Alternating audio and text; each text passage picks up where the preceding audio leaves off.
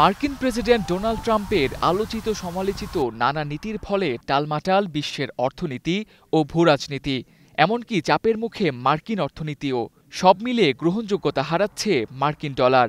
বিশ্বের বিভিন্ন দেশ রিজার্ভের নিরাপত্তা বিবেচনায় ঝুঁকছে স্বর্ণের দিকে।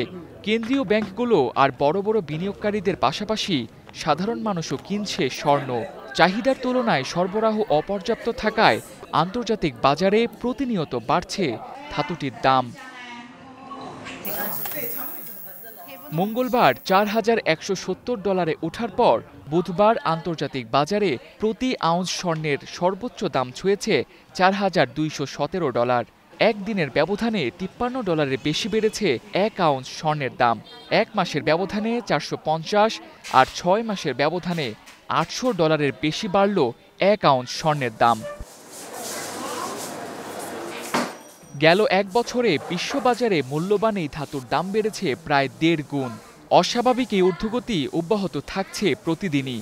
বিশ্লেষকেরা ধারণা করেছিলেন আগামী বছরের মাঝামাঝি সময়ে প্রতি আউন্স স্বর্ণের দাম $৫,০০০ ছাড়াতে পারে। তবে বিশ্ববাজারে যেভাবে স্বর্ণের দাম বাড়ছে তাতে ধারণা করা হচ্ছে চলতি বছরেও $৫,০০০ ছাড়াতে পারে ১ আউন্স স্বর্ণের দাম। আন্তর্জাতিক বাজারের স্বর্ণের এই দাম বাড়ার প্রভাব পড়ছে বাংলাদেশের স্বর্ণের বাজারেও। শুধুমাত্র অক্টোবর মাসেই দেশে স্বর্ণের দাম ৬ বার বেড়েছে। ২২ ক্যারেটের স্বর্ণের দাম ছাড়িয়েছে ২,১৬,০০০ টাকা। বিশ্ববাজারে যদি দাম বাড়তে থাকে, দেশেও স্বর্ণের দাম আরও বাড়তে পারে। Tamsid Ahmed, star news.